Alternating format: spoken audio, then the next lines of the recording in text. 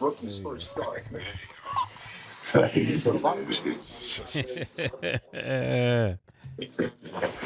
So I like you jokers gotta hunt me down, man. I don't know what cool might work out.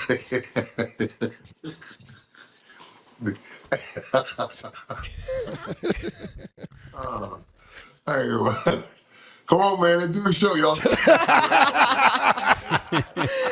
Wow. Like that. Okay, no problem. I saw y'all jokers posted there talking about miss FaceTime from Mike. I said, I ain't answered nobody call. Yeah, I called you a few times today, man. I was just doing a wellness check. That's it. I knew something. Anytime though, I knew something funny. Anytime like Mike, Colorado, save it for the Yeah, show, save it for Mike. the show, Save, Mike. Mike, save it for the show, Mike. Don't try to get ahead of it. Reunion. Hello, y'all. I was selling crack on a private jet up in the hell and back. But no confusion, this a reunion. Hello, y'all. Welcome back. Get murder here. He counting money. He said, "Can man, the hell with rap." I'm only here to shit on niggas and piss on bitches. Welcome, ass. I bought jewelry and bikes, nigga. Black Benzes and white figures. Now I'm out here and I'm looking for more chandeliers and light fixtures. Nah. I don't like niggas, what's wrong with me? I'm a hype nigga, but this 44 turn to Michael Jordan. I look and say, take flight, nigga.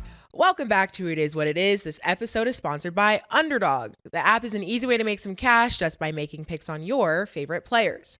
Underdog is available in more than 30 states, including California, Texas, and New York, just to name a few. Underdog is offering promos every day all October, so make sure to use code MACE, CAM, or STAT to get up to $1,000 in bonus cash with your first deposit. Remember, you always get a free pick on Underdog, so you can support the show by hitting the link in the bio and downloading the Underdog app today. I'm Treasure Wilson, aka Stat Baby, along with your hosts Mase and Cam. Killer was good, man. How you doing, bro? I know you ain't got on that cowboy blue. Yeah, it was Jerry Jones' birthday yesterday, so I wore this in honor of Jerry 82nd birthday. You know, I gotta show love because it don't seem like nobody's showing them no love back. So I said, let me. He put out all this money. Yeah, I said, let me show all these black guys for 30-something years. Yeah, so man. I said, let me wear some cowboy blue. Happy belated birthday. And that's a question I wanted to ask you, Murder. If your birthday ain't happy, how do you say happy birthday?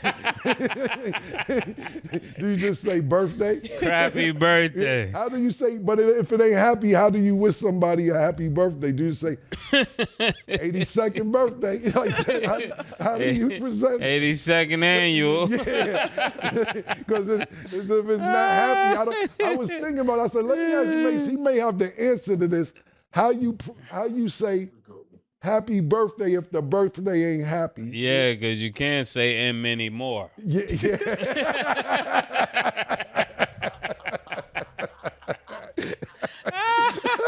You don't need many more of this. You just woke up because that's mad awkward. Birthday. Birthday king. I guess you ain't out to answer me, but I was trying to figure a way how to do it, but okay. Well, today we are joined with our analyst, Michael Irvin. He's here. He showed up. Mike, how you feeling today? Annual. Right. I showed up, man. I don't know why. All everybody, all you guys, you know, over there too, and everybody out here, they get on the phone right soon as when it's going real bad. Yeah, and they want to FaceTime. Like the hell am I answer FaceTime? You too, Cam. I know I'm in pain. Hey, I want to put my pain on display for you. Like, what's up, dog? You know what's going on over here? No, I was just doing. I was actually just doing a wellness check, and the real question that all our fans wanted to know is because I FaceTimed you in the middle of the third quarter because I monitor Is What It Is page, and I'm not the one who controls the handle or anything. Shout out to my man Bob who actually does that.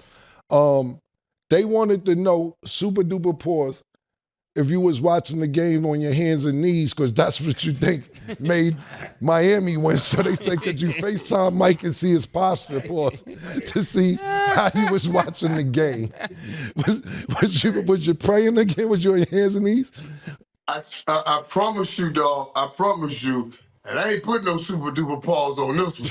I'm so thinking about, should I get down there again? What's going on? But I didn't go to the game. I was at the restaurant, and I didn't know if it'd have the same effect in the restaurant. Might be some kids and all that, man. So I just cut it on out. I was just looking around and just took that L. But I ain't gonna lie though. Honestly, I was like, man, anything to just change the way that was going. I told y'all I had major concerns going into that game.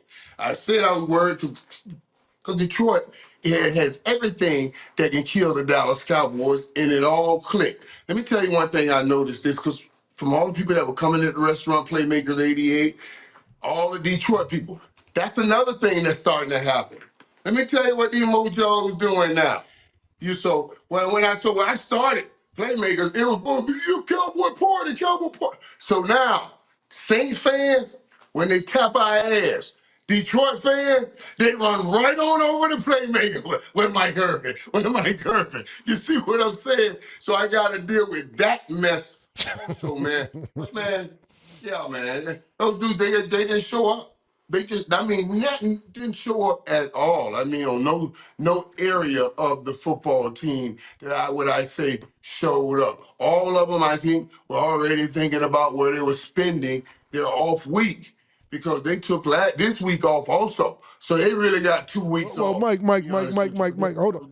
Let's start introduce what we need to talk about real quick. But we do understand your frustrations. You have every right to be irritated. And you can pick right back up where you left off. I just want the audience to know where we're starting at. Right. Okay, so Mike, I know you were discussing how the Cowboys had a hard schedule, but a 47-9 loss at home, obviously it's a problem. When should the Cowboys start to panic? Oh, now. Right now. Right now. That thing on the wall that said break glass in case of emergency, crack that shit now. Figure it out. I'm sounding the alarm for the help that they need on offense. I'm not sounding the alarm thinking, even with DeMarcus Lawrence and Michael Parsons coming back, that's going to be sufficient enough to stop the holes and the bleeding on that defense. So I'm just sounding the alarm for that's why I'm breaking the glass saying, get Devontae, get me some help on this offense, because I know you cannot fix the defense. But yeah, that glass is broken. Yeah, Mike, y'all was looking horrible out there. All I could think about when I was on the plane, are they going to let them score again? That's all that kept going through my mind when I was watching this. I was thinking, man, this is getting horrible. When it got to about 20 points higher, I was just like, man, they're down 20. I wanted to turn it off, but I needed all my ammo paused for when I saw you. And I'm just thinking, this is the fourth game, the fourth home game that you guys have been down 15 plus points at halftime. Is this going to be a going thing for y'all, Mike? What's going on? And that's what I'm saying. And you hit the nail on the head.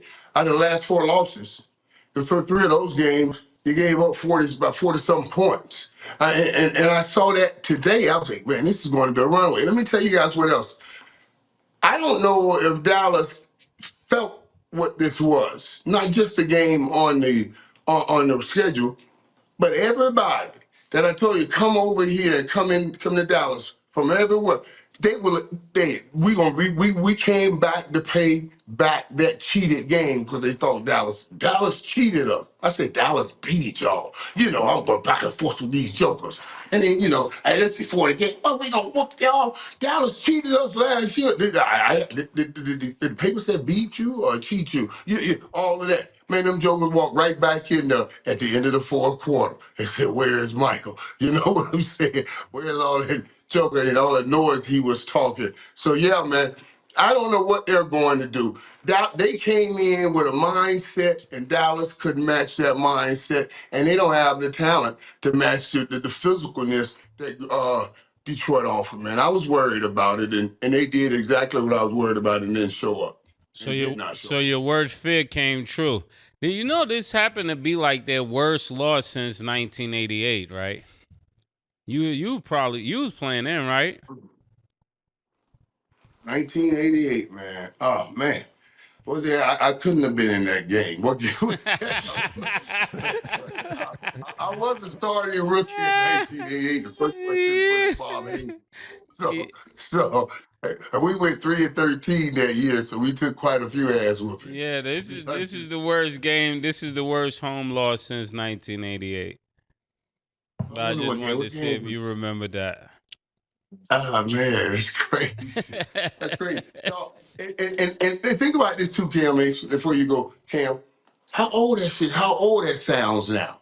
That sounds so old. 1988. Are you joking? Dude, I came to the league in 1988.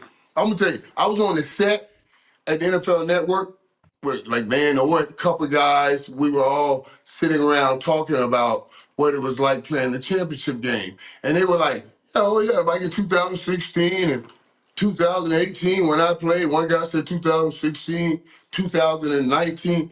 I said, ain't no way in hell I'm about to say back in 1992. Right. I'm going to just say my first NFC championship game. You see what I'm saying? So, yeah, even saying 1988 sounds so old.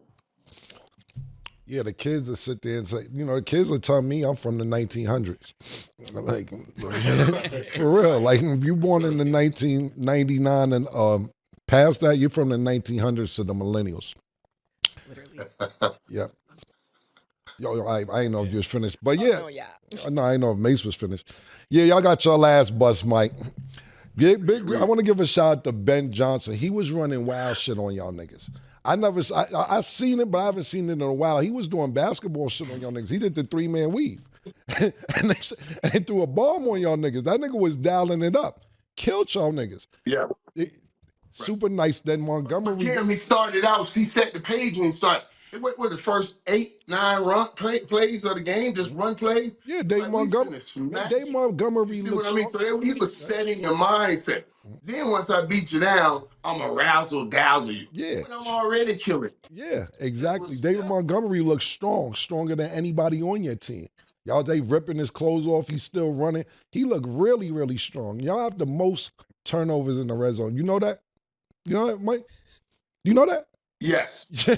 yes. It's bad, man. You know, right, and I know people, and I knew going in, and I was trying to save it, and hopefully when they came out of winner, it was going to be a tight game. I told you guys the only way they were going to win it is if Dak could do it. I had the numbers all in my head, Dak top 10, you know what I mean, and he got the most touchdowns under pressure, best quarterback under pressure, and then they folded today. So all of that study got thrown away, even though I did just slip that in there right there. Yeah, I know, Mike. I know. We don't want to hear the music. Put your DJ equipment away right now. I want to ask you a question. Brian Branch. I know he plays defense for the Lions, but should Dallas hire him as a receiver? Because it seemed like Dak had more completions to him than anybody else today. and that's what exacerbated it today, because Dak was off. Dak was a high throw that lasted an interception, the high throw, that square in route. You know, Dak missed some throws, but he did have great pressure in his face too. So those guys were coming. And let us also, man, say we pray for Aiden Hutchinson, man, because he broke his leg. Yeah, man. Yeah, definitely. He was leading the league. He's been having an incredible year. Yeah, he's leading the league in sacks. Super duper quick, speedy recovery for him. And our sentiments go with him. But you trying to spin it again, Mike. You're trying to throw some sympathy. Listen, I dig it, Mike. Wait a minute, man. Wait. I dig it, Mike. Wait, in my pain, I recognize things. I still have to get past my pain and shout it out at that moment. God laid it on my heart. Don't think that's a slippery, dippery dot move. I'm trying to get away from anything. Let me ask you a question, What's Mike. that? I want to ask you a question. And you can be totally honest with it because we're in a new era. If somebody on another team broke their leg when you was playing, did you feel bad for them in 1989, 91, 92? Or you was like, yeah, broke his shit? No, no, no. I don't want you to break your leg now. I don't mind if you out there playing a game and you twist your ankle and have to go over there for a little while and leave the game. But I want you to be okay for the season. But yeah, I'm going to take any advantage when it comes to winning the game, but I'm not happy about it or anything like that. Yeah, and y'all didn't score a touchdown all game either. Happy birthday, Jerry Jones, from It Is What It Is. Not the Dallas Cowboy players, coaching staff, or anybody else that's part of it, because they obviously didn't care about your birthday. I wore Dallas Cowboy blue and gray for you because I'm tired of you spending money decade after decade. I'm not going to say year after year at this point. We're going to say decade after decade, and yet finish with a 2-7 record with Dak Prescott. Tony Romo let you down. Quarterback, player, running back, every position has let you down since Troy Aikman, Emmitt Smith, and Michael Irvin. My condolences, and I can't say birthday, but I'll use what Mase said. Birthday, King. He definitely need to come on, my nigga. For my birthday. Not on my birthday. Y'all play like this on my birthday. Yeah, man. Wow, disrespectful. It's mad disrespectful. And then, Mike, real quick regarding Aiden Hutchinson. So they're saying that he had a broken tibia and we don't know when he will return. How much do you think that'll affect the Lions?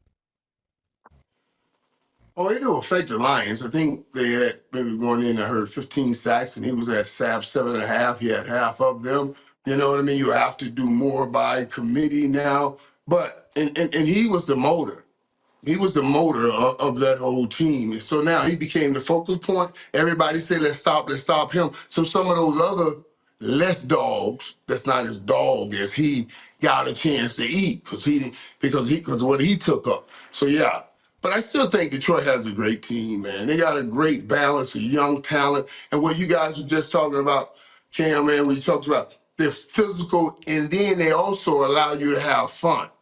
You know what I mean? So they were physical first, and then they're doing a good job with all that other stuff, letting linemen score touchdowns. It was just embarrassing the Cowboys with that.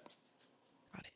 Okay. And then before we discuss more NFL games, want to talk about the Colorado game real quick because they lost to Kansas State 31-28. Cam, I'm actually going to let you go first because we've seen you on all the TVs on the sidelines. So how was your experience at the game? And then at the end, I want you guys to kind of discuss what you guys thought of the outcome. That's just the experience of the game is just what we do in Boulder. That's just what we do. We wear our jewelry. We have stars on the sideline. We try to compete to the highest level. That was just regular shit for us. That's how we roll when we get there. It wasn't nothing special for me because that's how Coach Prime lays it out for me and the rest of the people that come there. So shout out to Coach Prime, Pretty Tony, the rest of the crew that made sure we was there. I'm good when we was there. As far as the game was concerned, they put up a great fight. It's considering all the injuries. Travis got hurt in the second quarter. He could have came back, but listening, not talking. I was just observing and listening to the coaching staff on the sidelines. It didn't make sense for him to come back because it's still a long season, even though he did want to come back. And they also lost another receiver, a cornerback. They had a lot of injuries during this game, and I think that Kansas knew that, and they took advantage of that. And that's why even on that last drive, they threw the bomb. It was a play when they got the interception, probably with about 4 minutes left. I believe that Colorado was down 3 or 4. There was 3. As a matter of fact, they was down 3. And Kansas had the ball on the 30-yard line, and it was 4th and 6, and they was going for it. And I'm like, these who the fuck they think they is? They in field goal range right now with about 3.5 minutes left and went for it on 4th and 6. And I said, oh, these niggas got no respect. Travis ain't out there. They like, fuck these niggas. So when they got that interception and they came back and scored a touchdown, I was like, yeah, we got these motherfuckers. And I'm not saying anybody on Colorado's coaching staff or the players or anybody, but the rest of the stadium, the workers I'm talking about, they're like, yo, clear it out, move, they're going to rush the field, et cetera. And in my brain, I said, it's 2 minutes left. We got to calm the fuck down. And they took a shot at it, threw a bomb, and scored a touchdown maybe 2-3 plays later after Colorado scored a touchdown. So yeah, it was any heartbreak. It was sad. It was fucked up because everybody in that stadium was excited. We was all jumping up and down. We was all high-fiving. We thought it was good. And they came back and scored a touchdown probably in 45, 50 seconds left with less than 2 minutes left. And it was fucked up. It was fucked up. First game I went to that they lost, but it was a really, really gutsy effort on Colorado, being that they lost so many players during that game. So shout out to Coach Prime too. Travis, I hope you get better soon. But I like the fight they put up. But that's why the game is 60 minutes. It's not 58 minutes. It's a 60-minute game, and you got to play all 60 minutes. Yeah, I really like the fact of how Shador was playing. To be able to get those kind of numbers, 388 yards is a whole lot of yards, especially from the quarterback position. And when you look at Kansas State, I mean, even that team, this was a record-breaking day for them as well, because you got two players for the first time to reach 100 yards. And I guess they wanted to do it against Prime. When you look at them, they got Giddens, who became the first player in Kansas State to get 100 yards, and then you look at Brown, who was the first receiver to get 100 yards. So for that school, that's great. Yeah, I thought I just Cam hanging out on the sideline. They're announcing all the stars over there. I said, look at that in Boulder right there. It is always an incredible. Yo, Mike, you were supposed to meet me there. We supposed to go together. You ain't hit me. I know. That's why I said, this joker told me, you didn't clarify that you were going to be out there. That's me. Because I went down, when I was in Miami, I stopped through. I would have hopped on a plane and got up there anyway, because, I have this Saturday, Sunday thing off now. That's what I love. I love it. But let me tell you something what I saw, too, in that game. Because I saw a great fight. Everybody had Kansas State win that game anyway. And by a big margin. Nobody expected them to play that well. I mean, like they played and came back. That last drive when you're down by 3, and I watch it. And it's just some things too that young guys are learning. I've seen Cam Ward do it sometimes too. And I talked to you guys about the brilliance of Patrick Mahomes. Okay. That last drive, he threw that bomb down the right sideline. I think number 14. He didn't, almost didn't get it. They didn't call a pass interference on that 4th and 4. Mm-hmm. But I saw a crosser route coming open. And I knew, but they play one-on-one, so you take the shot if you feel good about the matchup. But right there, I wanted Shador to get that first down. You drop that cross, because the crossing route was open. Hit that, I'm pretty sure I saw it open. Hit that crossing route, get the first down, and now you want to take that shot, you got 3 more downs to keep it in play to go get that field goal. You know what I'm saying? Just little things. He'll pick that up. He'll sit back and think about it. It's the timing of when I got to take that chance. And this was the time that I should have really been focused on just picking up that first down. Let me ask you guys a question. Since I got both of you here, if I'm a Colorado enthusiast and I'm expecting great things from the franchise or the college or from Dion or for Shador, at what point do I expect them to win on the real national level in the playoffs? When should I expect that? Well, the question, it really is well, let me tell you, how is it going to affect their opportunity to get at that national level? What we're talking about right here, and that's getting in the playoffs. I was talking about, on my other channel, talking about that the other day, about how, because it's Colorado, because the eye gates that are on Colorado, with 2 losses, you know what I mean? And other teams have other losses. Colorado will be a little bit more favorable. Yeah.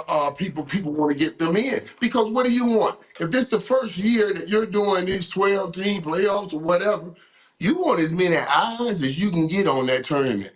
You see what I'm saying? So all of that is still there in front of them. They just got to make sure that they try to get the rest of these games. Yeah, that's a fair question. And at the end of the day, when Dion got there, pardon me, when Dion got there, they won 1 game. Yeah. And everybody think Dion, because he's such a great marketer and great promoter and was a great player and knows how to bring hype to anything that he does, they want no pun intended, like Jesus turned water into wine. It's not going to happen that quick. So at the end of the day, you got to give the man a chance. What happened last year, they went down to Florida and beat, who did they beat that first game that was ranked, the ranked team? Was it UCF? TCU. TCU here in Dallas. TCU, pardon me, TCU. And everybody was like, and Dion, do you believe now? Do you believe now? And when he started that hype train, they won again against Nebraska, then they beat Colorado State, and it looked like, wow, what the fuck is going on, to where you had everybody there. ESPN was there. FS1 was there. We were there. Mase, U2 in a USC jersey. Everybody was there. And, you know, to the point where they was like, it's looking like Soul Train up in this shit. Me and Mike, I actually met Michael Irvin on the sideline of a Dion Sanders game of Colorado. That's where I met him at. So with that great beginning and then such a downfall, it's like, what's going on? What's happening? This, that, and the third. So what we got to realize is, Murder, is that when let's just use the Miami Hurricanes. The last time they won, Stat wasn't born. Okay. Sorry. You caught a Russian. I'm just saying, Mase asked the question. Out of nowhere. So, how long will it take? How old are you, Stat? 2001. Yeah. So you giving it 20 years? She's born the year that they actually won. 2001. So it's been 23 years since they actually won everything. I don't think Dion will hang around for 23 years for them to win. But I'm just saying, if we're talking about as a university, it's been 23 years since the Miami Hurricanes won the national championship. And that's why I asked it, because people do want to see, even myself, we want to see Dion on that national level where he could talk that talk, you know, going from game to game. And like you said, Michael Irvin, since they now have 12 teams, it will be really, really interesting to see them get that 12 spot, anywhere 10 to 12, and see them play one of the heavyweights just to see what it looks like. I think it will be phenomenal for football. Y'all know what y'all really want. You know what you want to see, because Colorado, it just happens to work this way too. Colorado going from playoffs, they'll wear their all black uniforms. It'll be all kind of blacks on that sideline. Yeah. I mean, literally. Yeah, it'll be crazy. That's what we want to see. On that stage too, on that playoff stage, they'll be like, what is going on here? Yeah. Oh, no, you know. That stuff there, boy, that'd be quite a scene, man. That would be a scene. Yeah. Okay, so now let's get back to the NFL. So Jaden Daniels and the Commanders lost to Lamar Jackson and the Ravens 30-23. The Commanders lost their 4-game winning streak. I know there was a lot of hype around the game. Do you guys feel like the game lived up to the hype? And then how did you feel about the outcome and Lamar Jackson and Jaden Daniels' performance, Mike? Both played well. Both played very well. Lamar Jackson got the win, played out of his mind. When I watched that game, because the game came on early, and the second game, because we had London game.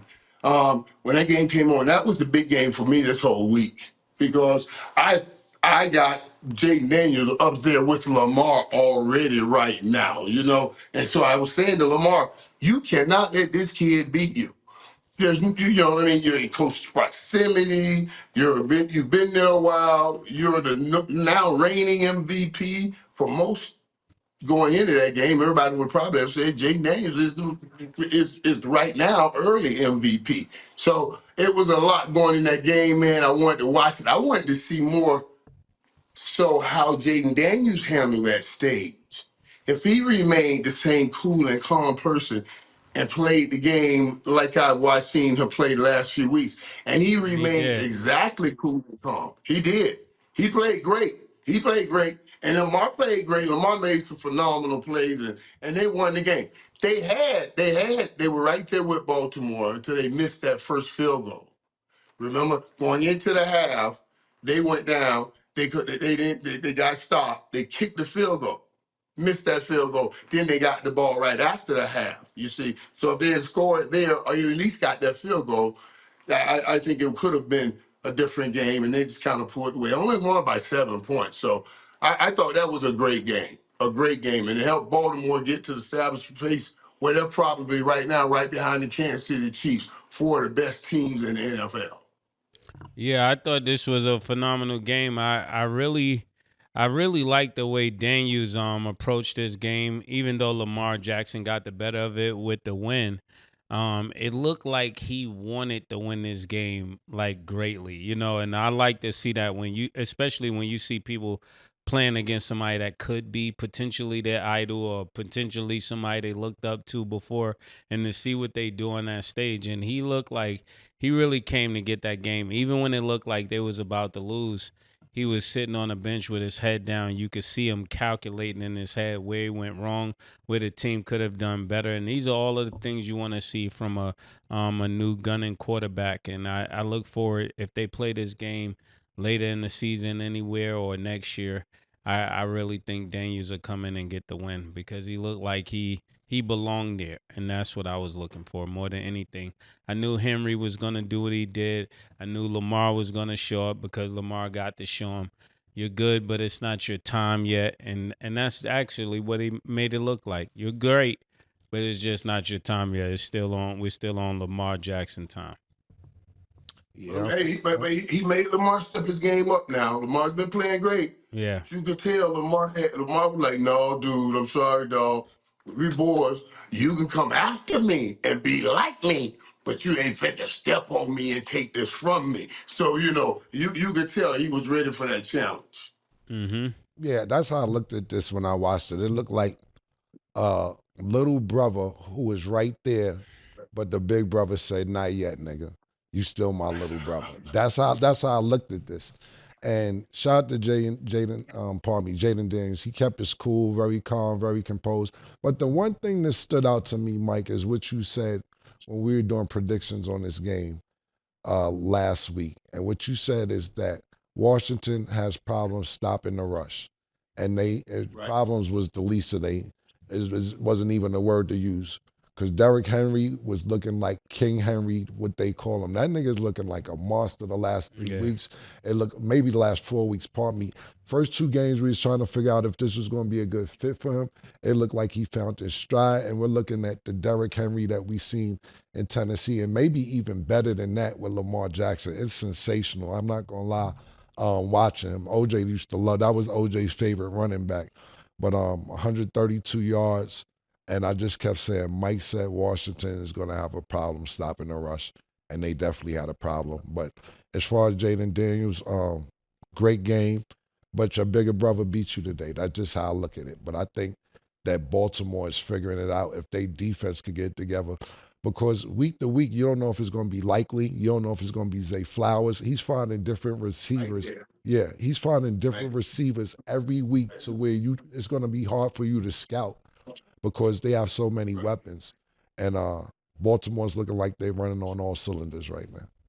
Yeah. Hey, Cam, you hit the nail on the head, Cam. You hit the nail on the head with what you're talking about. Now, remember now, this is the same offense that the feature was really Mark Andrews as the tight end, right? Mark Andrews, solid blocker, kind of like Jason Witten. He's going to make a play. He'll catch the ball, but he's not going to run away from you or do anything like that.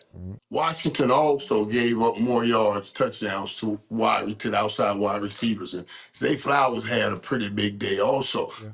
But that team with Flowers and Likely, and this is where they messed up early on. This is where they stumbled early on. They were trying to use the pass game.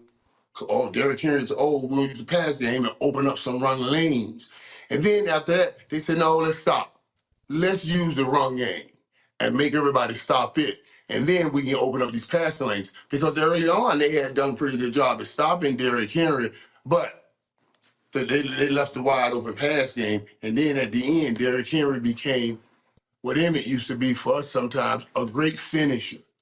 You just want to run the clock out and he's finna eat you up. And that's exactly what he is. They look real good right now. Yeah, and Lamar became the second Russian quarterback in history with this run. Second all-time leading rusher. Yep. Yeah. And then just real quick, Who was first? Was Michael Vick? Who was first? Was Vick? I have to find out, but I know they were saying that when he was running. Yeah, I'm gonna find that out too. Yeah, I was just gonna say real quick, and it is Michael Vick. Real quick, the little brother, big brother comparison is perfect because you can tell that they have a lot of mutual respect for each other. Even post game, Lamar Jackson was telling Jaden Daniels that he wanted his jersey, and then he said he's definitely a great player. The sky's the limit for him. Because when you really step back and think about it, this is Jaden Daniels' 6th game ever in the NFL, like as a rookie. Right. So the fact that all this hype is around him and like all these players feel the kind of same type of way. The sky is the limit, so I'm excited to see how he progresses in the season. Yeah, and let's think about it. They have 88. We talked about 88 when I went into talk. Since we're talking about Washington, I remember going into Washington, man, playing Darryl Green. I was like, "This the time, boy. You got to make a name. You know, it's prison mentality. You got to take the baddest man and become the baddest man. You know." And that's the fight that Jaden Daniels and Lamar Jackson was going through today. Lamar, I'm sure Darryl was saying, "No, bro. No, young bro. That happened at Miami. It ain't gonna happen in here." But it did. Here we go. Mike love patting himself on the back. I'm one of them niggas too. I pat myself on the back a lot. The sad part about this is, really sad part about it is that not just in football, DC and Baltimore got a thing with each other. Like, for people that don't know that, I'm talking about as far as geographic is concerned, they kind of don't fuck with each other, the two cities. DMV. Baltimore don't fuck with DC, DC don't fuck with Baltimore. And it's sad that we probably, unless it's a Super Bowl, we're not going to get this game again for another 3-4 years. It's going to be sad about that. I would love to see these two teams play more. It's really sad that we're not going to see more of these two teams play against each other. That's a great point. Okay, we're going to go to break. When we return, we will discuss the Browns. Don't go anywhere. 1 hour, 1 heart, 1 love. Excuse me? After last night's performance, we're gonna do this again? Yeah, not tonight. I don't think so. And make sure you close the door behind you. When I take the pussy up, man. When I take the pussy up, man. When I take the pussy up, man. I'm Rico fucking Strong. Took that horsepower and told the girl to giddy up. Baby! Fast money, Manny, fresh shit, cash money, Moscow mule. I'm back. Looking back at her, I'm a crash. Oh my god!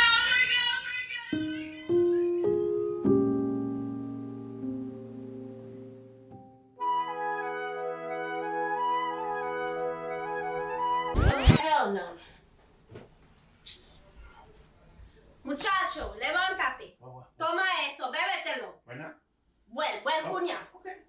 Well, Now, right now. Right now. yeah. Girl, let me see you walk it off. Boom, let me see you walk it off. Yeah, let me see you walk it off. Go, girl, let me see you walk it off.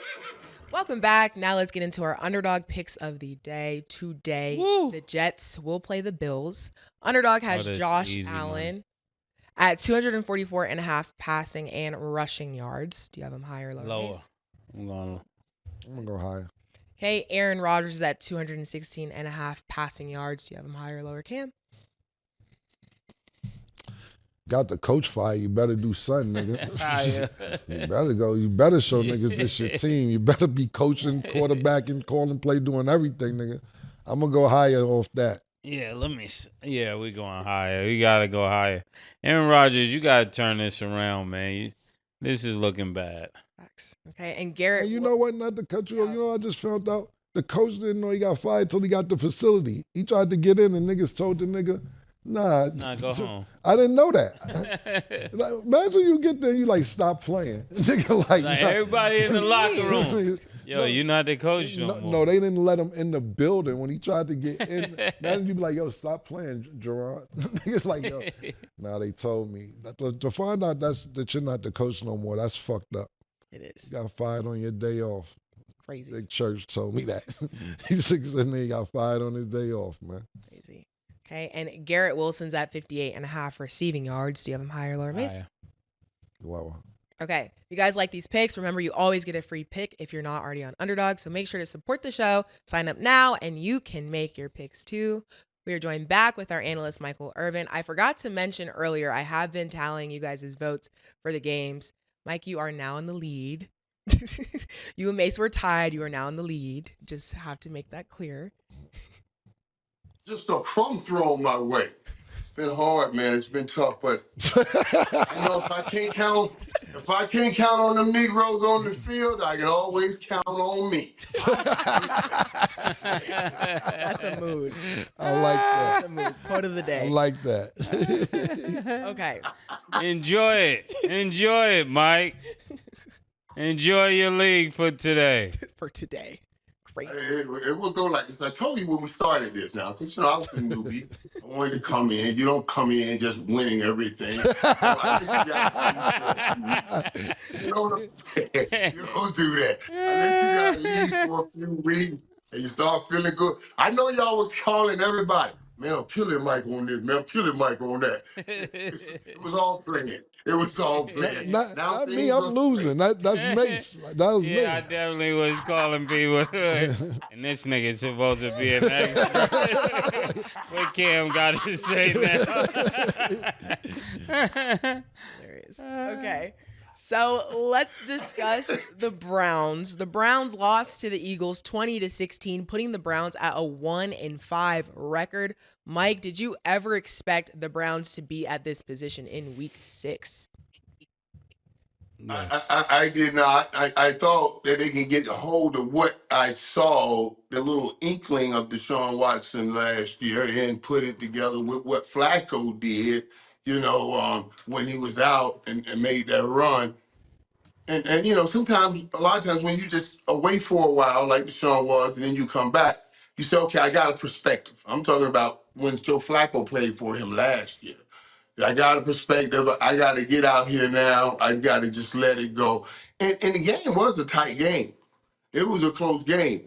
Both of those guys were off early when I was watching that game. Deshaun Watson, Jalen Hurts made some early miss-airing throws, but I don't know what they're going to do now.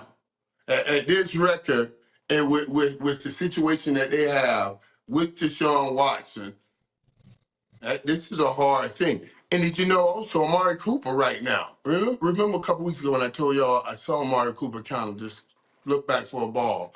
I said the frustration is setting in. He didn't try to reach back. He just kind of knocked it down like, I'll get on out of here. Now he leads the league in drops.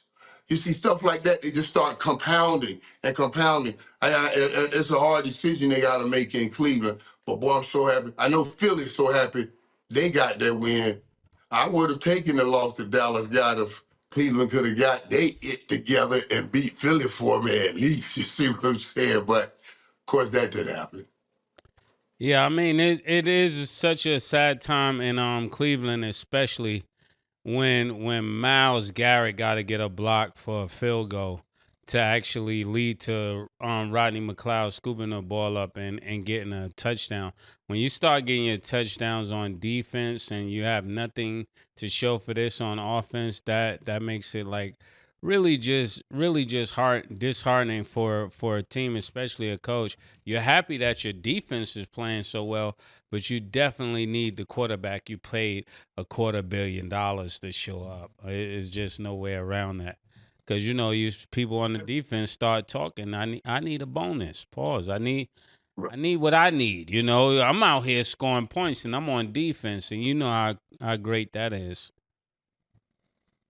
Hey, dog, let me say something. Did y'all that man? Yeah. Listen, that block field goal. Yeah. Did you see that big nigga jump that high and go block that ball? That's what I'm saying. He need a raise. He need a raise. Jump over.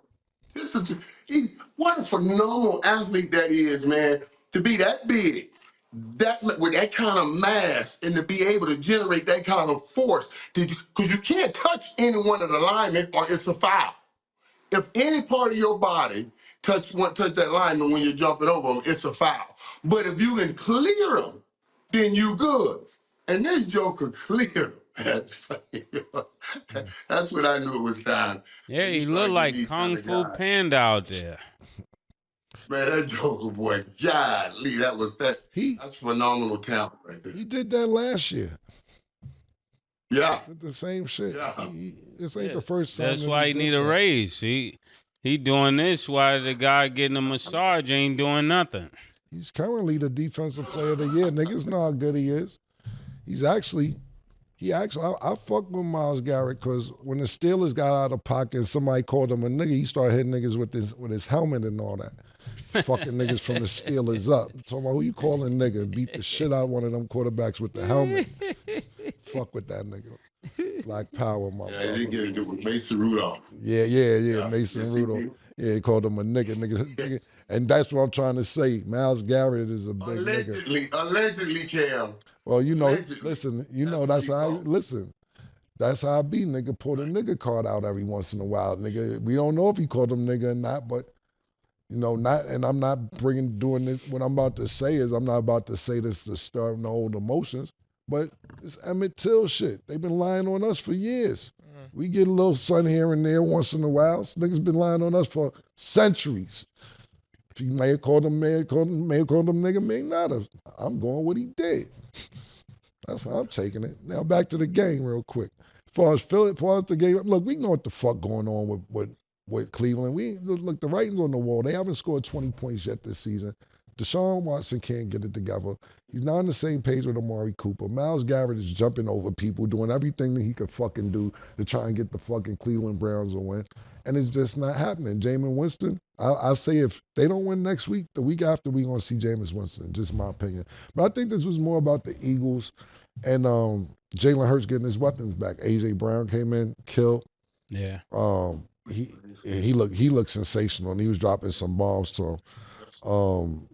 My nigga Devontae came back. He had his weapons back, and Philly looked pretty good, but they still, for the last year and a half or a year and a quarter so far, they're not looking like that Philly team the year before last, dominating, and they're doing enough just to get by. 10-1 team. That 10-1 team. Right. Right. That 10-1 Philadelphia team Right. going into that skid. Right. That team looked like, yeah. Right. That team And looked I'm like not, even last year, Mase brought it up, I believe, last week, but they're doing, even last year, they were accumulating wins, but they weren't looking like dominating wins. Yeah, they were looking horrible. And, you know, NFL, the wins a win, but like Mase said, but close wins. So are the Kansas City Chiefs.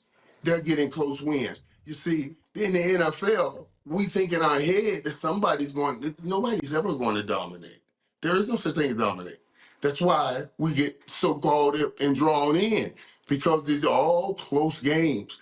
You know what I mean? And it's who can consistently win in those crucial moments in those close games. And that's what Kansas City Chiefs does. But I don't think anybody blows anybody out in this league, not often, except, you know, today the Dallas Cowboys. Well, where's Saquon on this team? He had 47 yards today, but I'm saying he's not looking like Derrick Henry. The first couple of weeks, we thought that Saquon was going to look like that dude with Philadelphia. Now it's looking like Derrick Henry is getting the better of those two when they're going to their new teams, because that was a big thing coming to the season. Is Saquon going to help Philly out? Is Derrick Henry going to help Baltimore out? And right now I'm giving a higher, as we speak, an underdog to Derrick Henry. And I'm saying that because Saquon, you costing me my record, bro. When it first started, I said I'm going with Saquon, and he makes Philly a contender in that regard. And you making Titletown look crazy right now. Now Cam got extra videos because of guys like you. The guys like him, man. Do what you supposed to do, man. I'm telling y'all, don't give it Saquon. Let me tell you that now. Let me tell you that Saquon early on looked real good. That's when Derrick Henry did not. But now Saquon lately hasn't had the receivers. When those receivers are out, And you got Rudy too and Duty Doo running routes. Everybody get in the line of scrimmage and say, we ain't worried about Rudy too though. Come on, you gotta run the ball. You see what I'm saying? Now with them big boys back, them safeties, they'll drop back because they gotta help out outside. And Saquon will get going. He'll get going, man. I do think Philadelphia will get him going. Mike, he got to be like Miles. Clear one of them niggas if you have to. Yeah, he's a running back. He should be clearing niggas more than He should Miles. be clearing niggas, Mike. Okay. So now we have to talk about the Bucs. I don't think you can sleep on the Buccaneers. They beat the Saints 51-27. This was after overcoming 3 interceptions. Mike, what did you think about Baker Mayfield's performance and then the Bucs in general right now? Man, well, and I'm telling you, they're getting it's so funny when you watch. They're getting that Baker Mayfield thing going. You know, Baker can play, and you know Baker likes those kind of moments, them kind of games. And when you get down and he has nothing to lose, it's really when he plays his best. You know, like you talked about, you throw interceptions, you get some turnovers, you say okay, and that game was tight. That game was tight all the way, and then they just took off Until he and ran went away crazy. from New Orleans.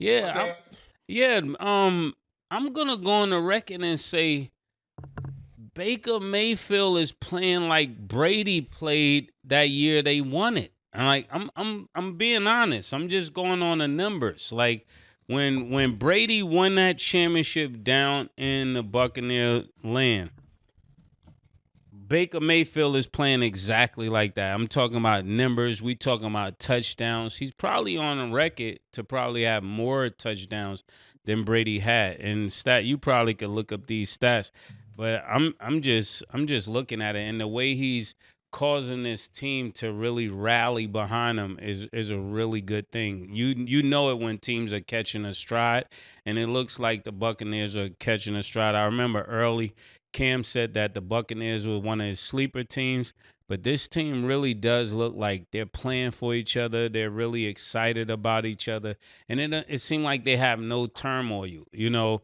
And when you're dealing with Florida teams, there's normally some underlying turmoil because they're always in the heat. But when you're beating a team like the New Orleans Saints by this much, they got to be happy. Everybody got to be happy because this is not a pushover team. And I even want to go as far as asking you, Mike, is Bucky Irvin your cousin? Now, I was wondering that too, man. Oh, Bucky, look, quick dude. He's a little hard running, quick dude. You know what I'm saying? But Tucker, That's he all got I 136 kept thinking. yards. That's all I kept thinking watching the Right. game. And I see, I spell my name Irvin, even though the city is Irving, and I always used to get called Irving. I asked my mom about it one time. I think she said my daddy was named Irving, but he might have been, you know, getting in trouble with the law, so he dropped the G to kind of say, you know what I'm saying, for what he said. For what he said. Let me leave my dad alone, man. Let him rest in peace. You know what I'm saying? Whatever troubles he had. Don't put no more. But seriously, with those two guys, man, that Baker has, not just Mike Evans, but also Chris Godwin.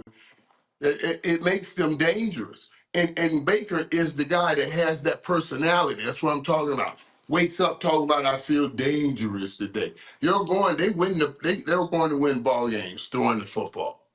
Bucky will do some running. Sometimes Tucker, he was the leading rusher today. They'll get some rushing, but those guys alternate. The leader of that team is going to be Baker Mayfield and Mike Evans, and then you add Chris Godwin, and that combination can beat anybody if Baker is on.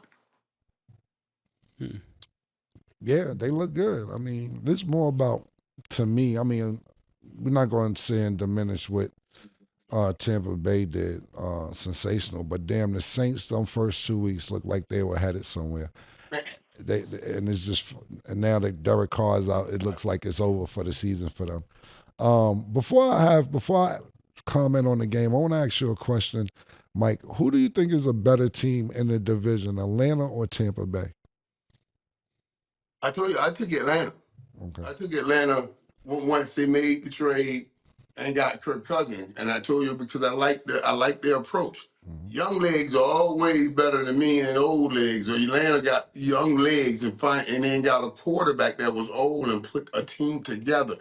And then they even drafted the quarterback once that quarterback goes out. So they're trying to dominate for a while. And that's why a couple weeks ago when they beat Tampa, that was such a big game. That was a big game. They were saying, we are the big dogs in this division now. And I still got Atlanta. But I like what I see in Tampa. Cool. Yeah, I would definitely say the same thing. If you take one of the defensive backs off of Atlanta, then I would say that Tampa Bay. But the way that their secondary is playing, you really got to pay attention when you're throwing the ball because they're definitely hungry to get those interceptions. Yeah, but I think that it's really about chemistry and everybody what point that Baker Mayfield is at in his life. Baker Mayfield came in to the NFL arrogant, talkative, thinking he the shit, like a lot of young people do. And he got humbled really fast, traded, moved around, and now he's where people have won championships and are more stable. And I think that made him stable because all that talking shit and you don't win, it doesn't matter. College is one thing, the NFL is something different. But Mike Evans is sensational. And Godwin, he has the most yak yards this season out of everybody in the NFL. That counts. So when you throw those short passes and then he runs for additional 40 yards, it looks good on Baker Mayfield's stats at the end of the game. But when you're looking at the most yak yards after the catch, nobody's paying attention to that. So shout out to Godwin as well. Yeah, and this is like a real morale boost for everybody down in the Florida area. We know Hurricane Milton had hit you guys, and we wish you well. And if you can, send the information to It Is What It Is, and we're going to donate food to you guys and water and things that could support. Beautiful. Yeah, definitely shout out Tampa Bay because I know the hurricane affected a lot of areas. Power is still out, streets are flooded. So we see y'all and hope y'all are staying safe for sure.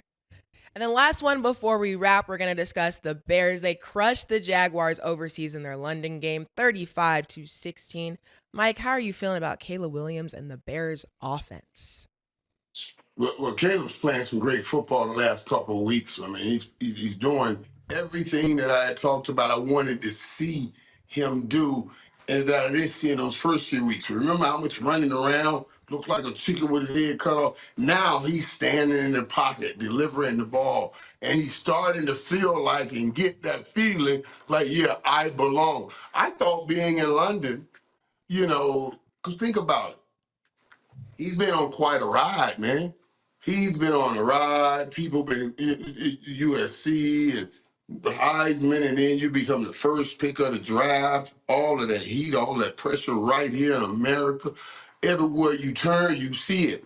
Then you go and take a week away. It's different over there. You kind of can woo-saw a little bit, and I think he showed up on the football field today. He looked like the number one pick in the draft today. And Gabe's it's amazing that you see all those teams, the Chicago team, the Washington team with them young quarterbacks sitting at a pretty good spot with their record. I think 4-2. It's a pretty good spot. Yeah, and I mean, for the last couple of Chicago Bears quarterbacks that are rookies, he got the best record in the first 6 games, to be 4-2. Looking at his play, it looked like he found his stride when he first started those first 2 weeks. It looked like he could be potentially on bus time, but now with these last 4 games, it looked like somebody lit the fire under him and he came to play. And I'm happy for him. I'm happy for the city of Chicago because they did not need to see this again. They did not need to see another quarterback not work out. He was on bus time as well, but pause. Yeah, that was that's really wild. Lit a fire on them as he rolled out afterwards. And his zone. But I digress. Yeah, that was crazy, and they lit the fire on him. I thought he looked really good today. The first couple of weeks I was like, I don't really like his personality, to be honest with you. Just me personally. I don't like niggas coming with poodles, showing the poodle, rubbing them, crying, and they pillow when they lose. I just want to be with my dog. I don't like that verbiage. That's just not for me when you lose. I don't like it. I'm not gonna act like I like it. But you could be with your dog. You could do a bunch of shit when you winning. And you throwing great passes and you reading the defense and you busting that. Go get your poodle, nigga. You feel comfortable. You know what I'm saying? I like that. And I think that this is really good for the Chicago Bears. Like Mase just was saying, look, man, we gotta think about this. Like I told Mike a couple weeks ago that how the Washington Redskins growing up was my team. And like I said, I had the Washington Redskins phone, Joe Theismann, Monk, John Riggins, Joe Gibbs coaching. Like, listen, that was my team. But the one year it wasn't my team was 1985 when the Chicago Bears had Refrigerator Perry, Yeah. McMahon and them niggas, Walter Payton. I had the William Refrigerator Perry pajamas. I was a fucking Chicago Bears fan. Like, them niggas was rocking roll stars, bro. Mike Ditka, yo, they was rocking roll stars. I was 8 years old. And I was like, yo, these niggas is lit. And it's been downhill ever since. Fucked up. I used to like my nigga Brian Urlacher. Brian Urlacher been out for over 10 years now. Yep, Marshall. Yeah, you know what I'm saying? But it's been bad. But them 1985 stat, I know it's more. But if you would have, listen. He was living. If you was living, man, these niggas was rock stars. I think they got a 30 for 30 on them niggas, man. Yeah. I love them 1985. They were rock stars. They was rock stars, right? Am I bugging, Mike? They can't even fathom what you're saying. Right. So, let me tell you, it was so big. Remember the skit was Saturday Night Live? Duck Bears, when they would do all that. Duck Bears, call Coach Ditka, Duck Coach. Yeah. I mean, it was huge. Yeah. When I first retired, I started working at ESPN with Coach Ditka, right? Coach Ditka, we were in New York, walking the streets in New York. It was like walking the streets with Elvis. Go. And I was like, do these people, am I too dark? Do these people not see me? Coach Ditka. And I was like, man, that really opened my eyes to how big they were at that time, man. But that was a juggernaut team, man. That was a hell of a team they had. Yeah, and Mike, because I was too young, I can't remember the top of my head. His son's is on ESPN. I don't know why I'm drawing a blank right now. But there's a lot of controversy, too, how the players actually like the defensive coach. For that team? And his son. Yeah, remember that was Coach Buddy Ryan. Yeah, and Rex Ryan coached the Jets, and now he's on ESPN. I know I was drawing a blank. Yeah, Buddy Ryan. That was Buddy Ryan, Rex Ryan's dad. Yeah, exactly. Yeah, and I remember them lifting him up, and everybody was like, damn, they gonna lift him up and not Mike Ditka first? Because they loved Buddy Ryan more than Mike, it seemed like at the time. Start Google it one day, man. You're a football fan. It's a big story, that 1985 Bears football team. It's a big deal. I'm actually being. I want to tell y'all something. I don't want to get with Coach in trouble, man. Go ahead, Mike. Fuck all that. Go ahead. What happened? I'm just share with stuff. It was funny, man. Yeah, what happened? God bless him. God bless him. Yeah. So, all right. So anyway, when we first retired, Dion and I, we sitting around talking. He said, man, you're going to be working with Ditka. You know, Dion and I used to be talking about it. I used to come over to his house and put up little papers, and we would practice on cameras, right? Practice on camera. So Dion said to me, he said, man, Ditka was a man, man. Ditka was a man out there. So let me know what's going on. Let me know if, how Ditka is now when you get there. I said, oh, okay. All right, I get that. And we went ESPN in Bristol. Ain't nothing in Bristol. Just a little country town and a little saddle ranch, they call it, saddle ranch bar. Coach, I met Coach over there. Dion said, let me know if Coach is still in the game. It'll tell us if we got hope. If Coach is out the game, then we got hope. If he's still in the game, darn, we're gonna have a long life still in the game. You see, so the first time I called, I got the coach said, "Meet me over here. We're gonna have." I swear I would have met coach. Man, I walked in there. Coach had about 3 or 4 at the table with him. I sat down. I said, "Oh yeah," holler with the 4 minutes. I said, "Wait a minute, before I go to the bathroom." I went to the bathroom, called Dion. I said, "Hey, yeah, we fucked." Hung up the phone and got back to the room. He's still in the game. Still in the game. Still out here. It was, hey man, I don't want to get Coach Trump, but that was my man, man. I had a great time. Coach Ditka. Yeah. It was bad. I was a bad tight end too now. One of the best ever played the game too now. He just played that way. Yep, that's what's up. Yeah, story time with Mike. We're going to need more of those stories as well. Yeah. If you're willing to share. But that is all the time that we have for today. Mike, it was a pleasure to have you. Always good talking with you guys. And yeah, I'm hurt. This was a hard day. It was hard. We made it through this some kind of way. We made it through, guys. All right, got it off at the beginning. All right, Mike. Okay, thank you all for watching. And as always, it is what it is.